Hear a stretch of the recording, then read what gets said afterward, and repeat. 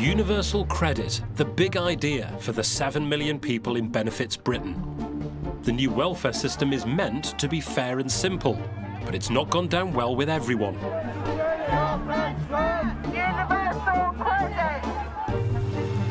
I wasn't eating properly, begging and borrowing, asking people if I could stay there for the night sometimes because not having no electric. I considered going to a railway track. I had that serious thought in my mind. Universal credit, it's just taken my life, ripped it apart and flushed it down the toilet. Last autumn, the government assured us improvements would be made to the system. But tonight we ask, is the government keeping its promises? A lot of people can miss their payments. What could that mean to them? It could mean that they won't be able to eat for another couple of days. It's very tough on them. It's quite a chilling thought, really, that frontline workers are saying they're ill-equipped to deal with some of the most vulnerable people in Britain.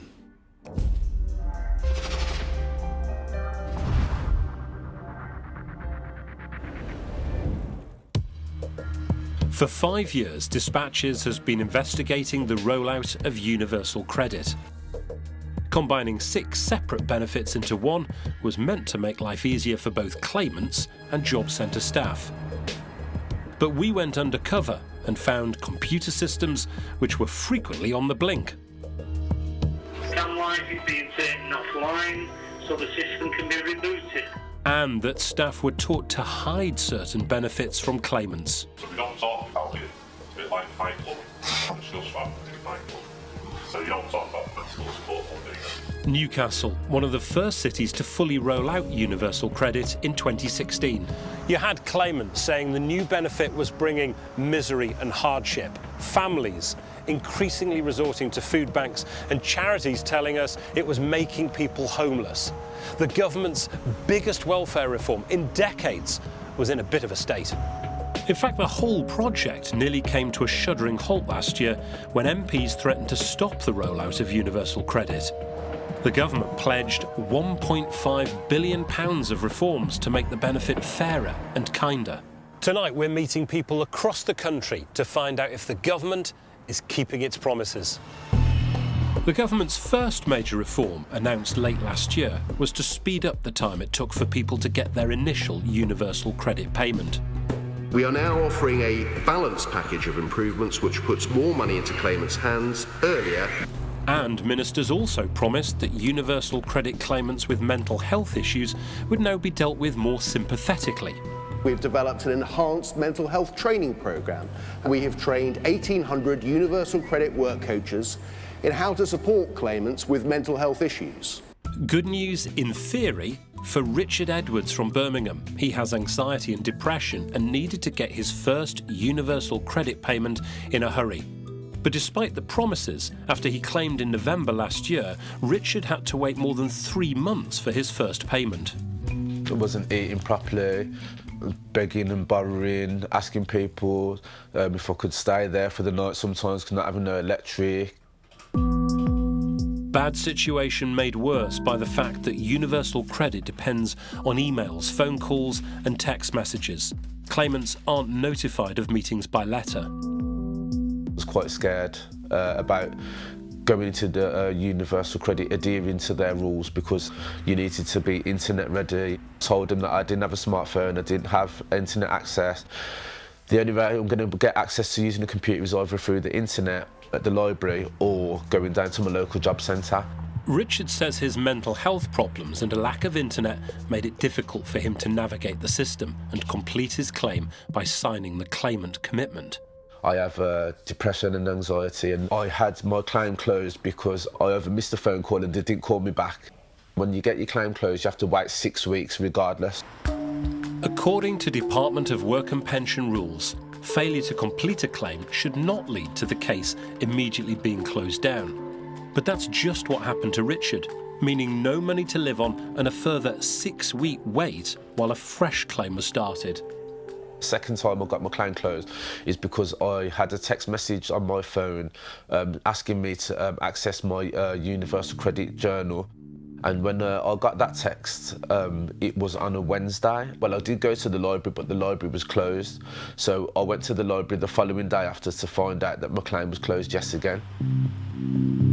Richard went from being a volunteer helper at his local food bank to a client. After a wait of more than 13 weeks, he finally received his benefit.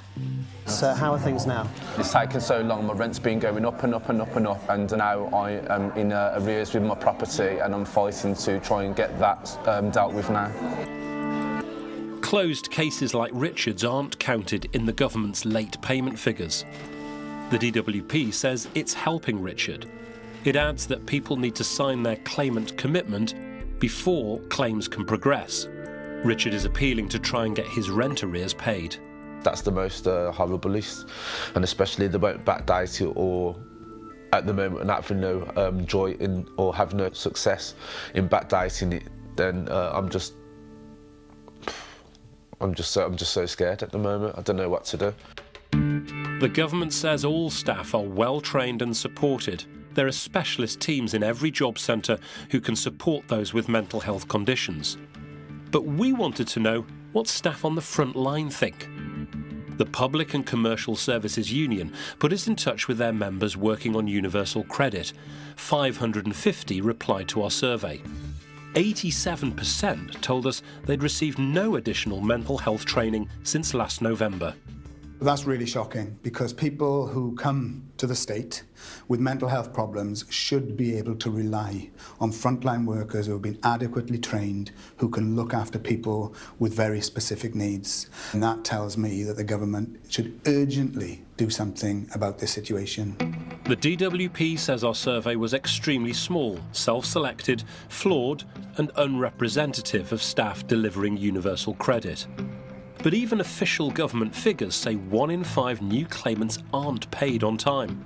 In our earlier investigations, one leaked email showed universal credit managers weren't coping. It was headed, "Ideas please, we're sinking." At the time, the government said it didn't recognise this picture. Insiders reckon much of the problem was down to a lack of staff. Now, we wanted to know if things had changed since that email was sent back in 2014. So I met a current DWP employee. He agreed to talk to me if we kept his identity secret. Sometimes we'll have a couple of people on our team on leave or off sick, and then the work really piles up at that point, and these claims have not been given the due attention they deserve. A lot of people can miss their payments. What could that mean to them? It could mean that they won't be able to eat for another couple of days. It's very tough on them. The DWP strongly refutes this, saying there are robust processes in place to manage staff absences.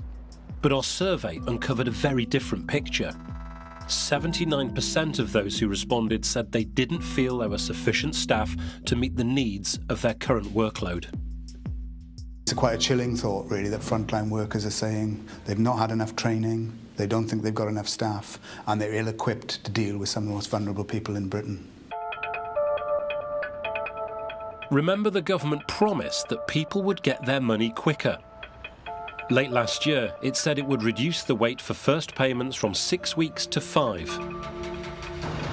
Laura Dunleavy from Rugby has joint problems and breathlessness. Last May, she waited 6 weeks for her first payment when she moved from old disability benefits to universal credit. She says the 1 week reduction in waiting time will make little difference. I was left with £20 a week to feed myself and my son and pay my rent and all of the bills. And it's a terrible situation for you to find yourself without food in the fridge and you have a child to feed. The government recently said, look, we've listened to people's problems there and Yes. we're going to reduce it to 5 weeks. Yes. Would that have made any material difference to your situation? Well, you can starve in 5 weeks in the same way that you can starve in 6 weeks, so no, it really wouldn't make any difference. Lorna received an interest-free advance payment of £500, which needs to be repaid over the next 12 months. That period where you had £500 for nearly 6 weeks, Yes. the 2 mouths to feed, various bills that we've all got, rent to pay. How on earth did you get through that? I considered going to a railway track. I had that serious thought in my mind for some considerable time. And the only reason that I didn't go was because I tried to reason that my son and my grandchildren needed me. Supported by her doctor, Lorna challenged the decision that she was now fit enough to work. The tribunal agreed. She's now had the disability element added to her universal credit. The DWP said it has been supporting Lorna and has paid her an additional £756 plus a week's extra employment support allowance. The government's done some good things in bringing down the waiting time from 6 to 5 weeks. But unfortunately, 5 weeks is still a very long time to manage with no money coming in. So we don't think anybody should be waiting more than 2 weeks for their initial payment. That would be in line with other benefits, so there's no reason that that couldn't be done. Claimants' horror stories have been heard across the UK. And by last autumn, even some of the government's own MPs were admitting that the rollout of universal credit should be paused. The then Secretary of State was keen to prove that he was listening and repeated one of universal credit's key goals, that working should always pay more than claiming. It is a modern welfare system which, through one simple monthly payment, ensures that work always pays. From brickies to cabbies to chippies, 4.6 million of us are now self-employed. The government says these are the real heroes of the British economy. Universal credit is designed to help those starting up their own business by topping up income when it fluctuates. But for people like Robert Petch from Newcastle, the government's promise to make work pay doesn't always hold up. As a single parent with 2 school-aged children, Robert needed a job with flexible hours. I started taxiing in about 2014, around July time, after being medically retired from a job in Royal Mail. I was never going to get rich, but I was making enough to survive. The kids were getting clothed, fed, everything was fine. I was probably making about between £500 and £600 a month profit because of the times when I could work. In general, were mainly the quiet periods for taxi driving. Universal credit assumes that everyone who's self-employed like Robert earns at least £1,000 a month, and it uses that as a minimum figure to assess any benefit entitlement. In Robert's case, that's around twice as much as his actual income. So even though there was no change in his circumstances, moving over from the old tax credit system to universal credit left Robert £500 a month poorer. I couldn't cope with losing that amount of money. It was either feed the kids and clothe them or keep my car on the road. The job centre advised me to quit self-employment and they said that I would be financially better off if I wasn't working. Hope you got that bit. So that's the people whose job it is to get people back into work, telling somebody who's already in work to jack in their job and claim. This is after the government has told everyone that universal credit guarantees that work will always pay. The DWP doesn't want universal credit to be used as a subsidy to prop up financially unviable businesses. But for Robert, it left him no choice. He's no longer a cabbie for hire. Robert says the DWP failed to take into account that he was a single parent, and it cut his money too much. Robert lost his work, his income, and also something far more significant. We're now homeless. The children are living with my parents. The family's split up completely. We did have a dog, which was taken into foster care and since has been rehomed. Universal credit as a system, it's just taken my life, ripped it apart and flushed it down the toilet. The DWP says it was unable to resolve Robert's issues while it was waiting for him to provide the right information. Since we contacted the DWP, it has now apologised for not initially taking into account Robert's childcare responsibilities and has paid his arrears. It's clear that universal credit is ill-designed for the realities of self-employment in many cases, and that's a huge problem, especially given the rise in self-employment and its importance in this country. And I think this is something that needs to be urgently fixed. The DWP says universal credit is working well, adding 83% of claimants are satisfied with their experience. Virtually every claimant I've met has said universal credit is making their life harder. If you had half a heart, you'd press pause, wouldn't you? Well, the vast majority of people who are on universal credit and claiming universal credit actually have a positive interaction with universal credit. And the whole point of the system has been to reform it so that we simplify a really complicated benefit system and we're helping people into work. And it is working because what we're finding is that people who are on universal credit are getting into work faster and staying in work longer. Some of the interviewees have spoken about attempting to commit suicide, or at least contemplating it. What's your reaction to that? Well, I think what's important is that we get people support. So as I've said to you, what we made sure now that in terms of finances, people can get 100% advances on day one, if that's what they needed.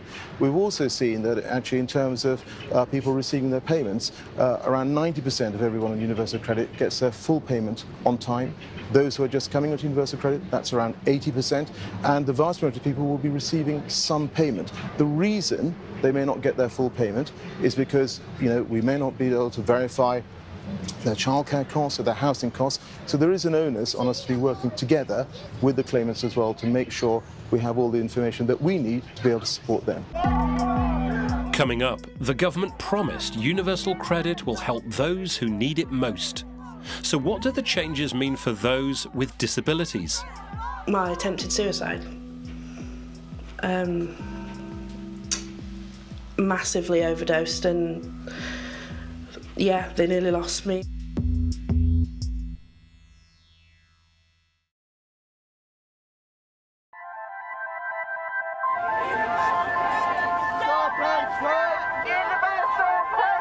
We're investigating universal credit, the cornerstone of the government's welfare reform. Cutting the benefits bill is the government's big thing, but not everyone is overjoyed. Have a look at this protest here. Disabled people worried that they're going to bear the brunt of universal credit, and this is despite government assurances last autumn. Now, it is right that we focus our disability benefits on those that need it most. We will support those who are unable to work. That promise means nothing to single mum Tracy.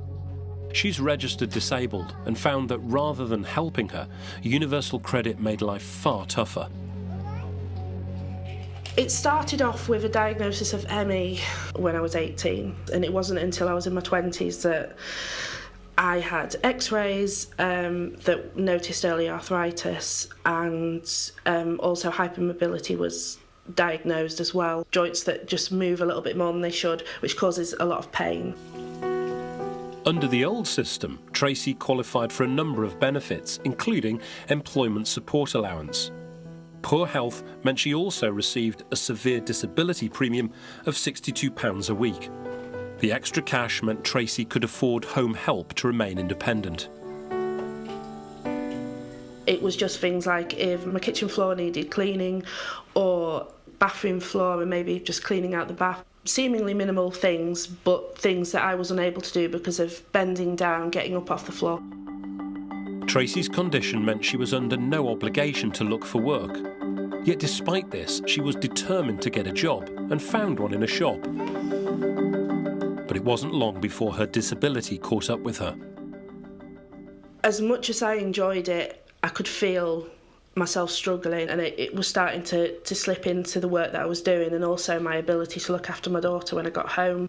I just knew that, it wasn't working. You had to jack the job in then? Yeah. Tracy says job centre staff told her if employment didn't work out, she wouldn't be penalised and could go back onto her old benefits. But when she re-signed on in September 2016, she was a new universal credit claimant, meaning a wait to be paid. I had to begin the assessment phase as as if I'd never claimed anything before. And whenever I called Universal Credit, which I did regularly, I was just told no. Food bank, food bank, food bank. Financially, what difference did that make? After I'd paid my rent, after I'd paid absolute basics that I needed, then it left me and my daughter with around £20 a week for food and bills. Let's get over there. Oh dear. At one point, I did actually consider temporary foster care for my daughter. You must have been in a pretty dark place. Yeah. To have to think, I cannot feed my child, she's going to have to go into care. Yeah. My attempted suicide. Massively overdosed, and yeah, they nearly lost me. I'm not proud of it. I'm not at risk of feeling like that now, but it just made me realise how bad it was that something like that could actually make a mother feel that bad. 5 months after her new claim, Tracy was reassessed and confirmed as incapable of work. But during that period, she lost almost £1,500 in benefits. And because new universal credit claimants are not entitled to the severe disability premium, Tracy's income has been reduced permanently by about £2,000 a year. The DWP says universal credit provides more targeted support to meet people's individual needs. It is committed to helping people into work while making sure the right support is in place. The DWP says it's urgently investigating Tracy's case and is working with her to resolve her concerns. How would you sum up what universal credit has done for you? It's destroyed a good year with my daughter, I'd say, because she's missed out on so much. Yay! Universal credit treats people with disabilities quite harshly. Many are losing premiums which they would have received under the old system, often around £40 a week. That's a huge amount to lose if you're already living on a low income. 700,000 people are currently on universal credit. Over the next 4 years, that will rise to 7 million as the benefit rolls out across the whole country. The government insists the new reform is working. The work coaches and job centre staff generally are doing excellent work, transforming lives, and they believe overwhelmingly that universal credit is giving them the tools to help people transform their lives. But 68% of the 550 frontline DWP staff who responded to our survey disagreed. 70% say the rollout should be stopped. What I think that exposes is the government can give us sound bites and gimmicks. But what these statistics tell us is the frontline workers who face-to-face deal with people, single parents, disabled, people with mental health difficulties, people facing eviction from their houses, people who are desperate and go into food banks, they see the reality of this every day of the week, and I think it's a wake-up call, and the government needs to massively increase the resource in the Department of Work and Pensions to give the public the welfare system that they deserve. The DWP says it rolled out universal credit in a safe, secure and gradual way, listening and learning along the way. The IT is working. It adds universal credit is getting people into work faster and allowing them to stay employed for longer than the benefits it's replaced. Well, I go around job centres on a regular basis, and I have to tell you that our staff are incredibly dedicated, working really hard. And, you know, very many of them say to me that for the first time under universal credit, they're actually starting the job that they came in to do, which is to help people into work and to increase their hours and get into better paid work, rather than explaining a really complicated benefit system as we have in the legacy system. The DWP told dispatchers that other changes introduced last autumn, including removing waiting days, continuing to pay housing benefit for 2 weeks and increasing advances to 100%, were widely welcomed by charities. But the DWP still has a way to go before it's won over everyone. It left me totally unable to look after my daughter. I mean, we were struggling to eat. I know people that have never worked, and They've got big tellies, cars outside the house. I've worked all my life and I've ended up with nothing. The government are supposed to keep people safe, and they are failing people in this country. Despite the government's autumn promises and reassurances, there are those who say universal credit has been universally discredited, and it's now time to press reset, or at the very least pause. We think that it's time to pause the rollout of universal credit and give this system a fundamental review. There's enough evidence now of serious problems relating to the funding, the design and the implementation of universal credit.